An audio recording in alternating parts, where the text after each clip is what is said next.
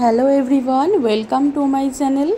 আজকে আমি যে রেসিপিটি আপনাদের সঙ্গে শেয়ার করতে চলেছি সেটি হচ্ছে নিরামিষ দই পটল। প্রথমে আমি পটলটিকে নুন হলুদ দিয়ে ভালো করে ভেজে নিলাম এবং তারপরে পোস্ত এবং কিছুটা কাজু বাদাম ভালো করে আমি মিক্সিতে পেস্ট করে নিয়েছি এবং কিছুটা পরিমাণ তাতে আমি কাঁচা লঙ্কা দিয়েছি। সেই পেস্টটি তারপর আমি দিয়ে দিচ্ছি এবং ভালো করে কষিয়ে নিচ্ছি। এটি আস্তে আস্তে কষতে থাকবে।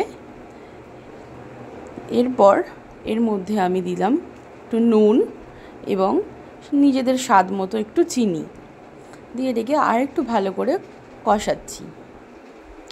এরপরে আমি দিলাম একটু জল যাতে মশলাটা এবং পোস্তগুলো কড়াইতে লেগে না যায়।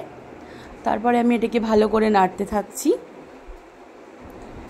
এরপরে আমি দিলাম কিছুটা পরিমাণ টক দই।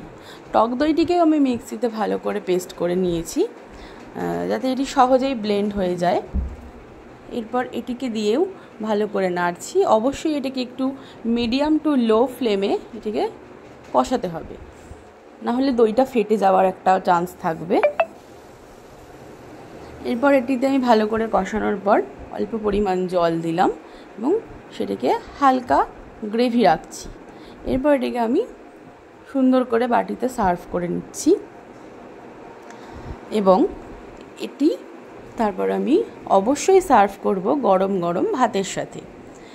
গরম ভাতের সাথে অবশ্যই সবাই একবার এটি ট্রাই করে দেখবেন, নিশ্চয়ই ভালো লাগবে।